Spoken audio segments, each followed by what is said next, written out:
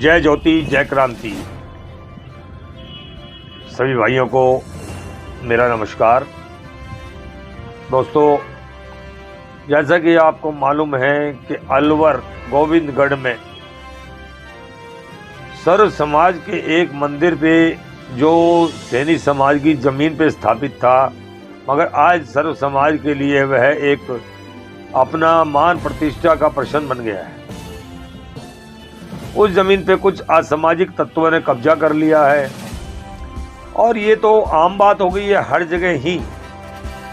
कुछ असामाजिक तत्व कभी किसी की ज़मीन पर कब्जा कर रहे हैं, कभी किसी के मकान पर कब्जा कर रहे हैं, या मंदिरों पर कब्जा कर रहे हैं, या धर्मशालाओं पर कब्जा कर रहे हैं। धर्मशाला भी गिरा के उनको अपने कमर्शियल गतिविधि में इस्तेमाल कर लेते हैं।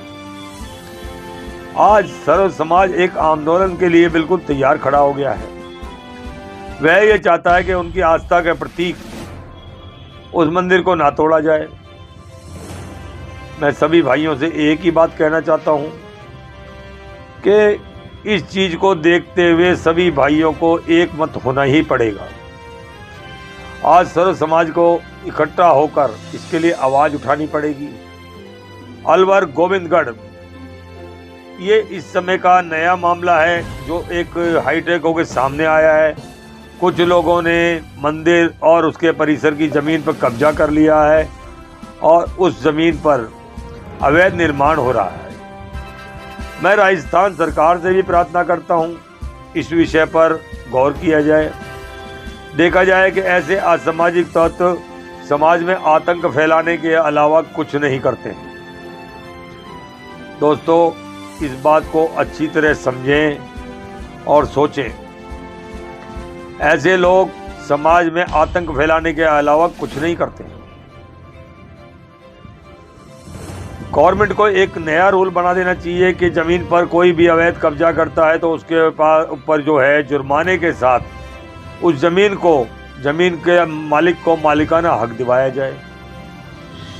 अगर वह सर्व समाज की जमीन है तो सर्व समाज की जो भी इस पर धर्मशाला स्थापित है, मंदिर स्थापित है, और बहुत सी जगह तो यह देखा गया है कि स्कूलों पे भी कब्जा हो जाता है, उनमें भी अपनी कमर्शियल गतिविधियां चालू कर दी जाती हैं।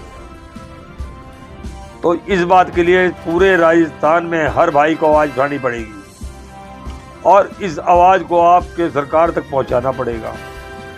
मगर इस आवाज को उठाने का मतलब एक ही है, आप उस व्यक्ति के संपर्क में आए किसी व्यक्ति को भी कभी भी राजनीतिक पार्टी में सपोर्ट ना करें। अगर राजनीतिक व्यक्ति उसको सपोर्ट कर रहा है तो उस पार्टी के उस व्यक्ति को बिल्कुल सपोर्ट ना करें।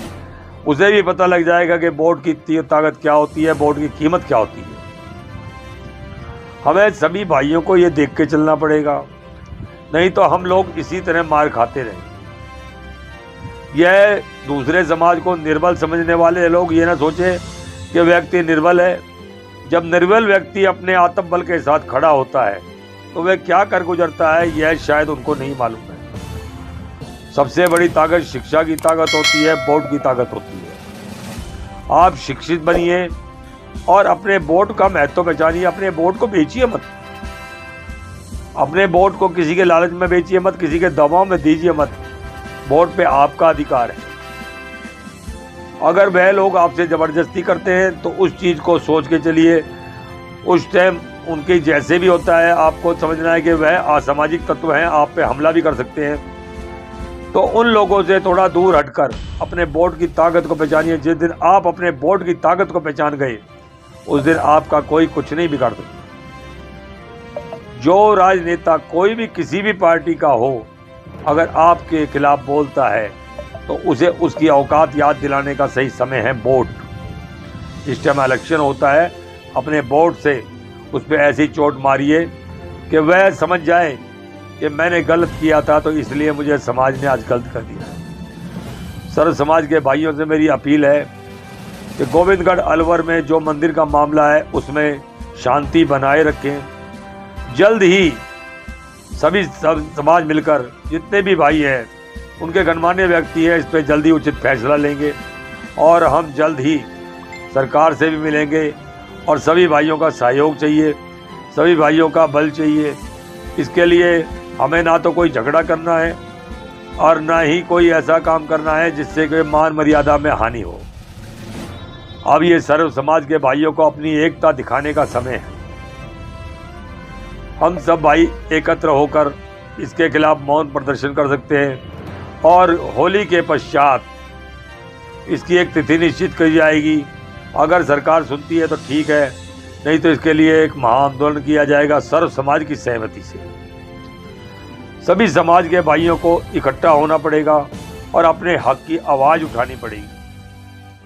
हक की आवाज़ उठाने के लिए सभी को अपनी एकता की डोर में बंधकर आवाज़ इतनी बुलंद करनी पड़ेगी कि आवाज़ आपकी राजस्थान में गूंजे और उसकी गूंज दिल्ली में सुनाई दे।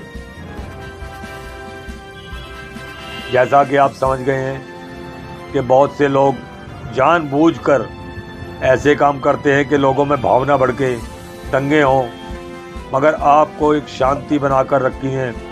मगर ऐसी शांति भी किसी काम के नहीं। आपको गांधी नहीं बनना है कि कोई आपके एक गाल पे मारे तो दूसरा गाल आगे कर दो, उसने दूसरे गाल पे मार दिया तो आप क्या करोगे, तीसरा गाल कहाँ से लाओगे। तो इतना डरपोक भी नहीं बनना है।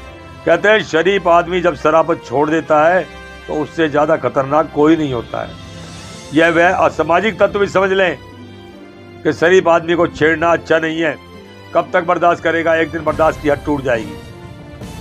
तो मेरी सर्व समाज से अपील है, जो भाई भी कोई भी हैं, अपने सैनी, कुमार और प्रजापति, अपने लुहार और जितने भी भाई हैं, जितने भी संगठन हैं, और SC है, OBC से है, ST से है, जितने भाई हैं सभी से मेरी एक ही प्रार्थना है, इसमें एक मत होकर आवाज़ उठाएं और अपना हक लें और सरकार को इसके विषय में सूचित करें, सरकारी सहायता लें, कोर्ट की सहायता लें। सभी भाइयों से मैं यही कहूँगा। मेरा आप सबको नमस्कार। जय ज्योति, जय क्रांति।